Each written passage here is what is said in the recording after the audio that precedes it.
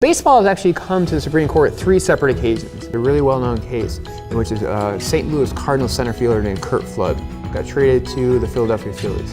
He did not want to go to Philadelphia. He refused to accept the trade. And at that point, because of the way baseball law worked, basically he had an option of either accepting the trade or retiring from baseball. And Curt Flood was actually able to challenge this all the way to the Supreme Court. But yet again, the Supreme Court said no.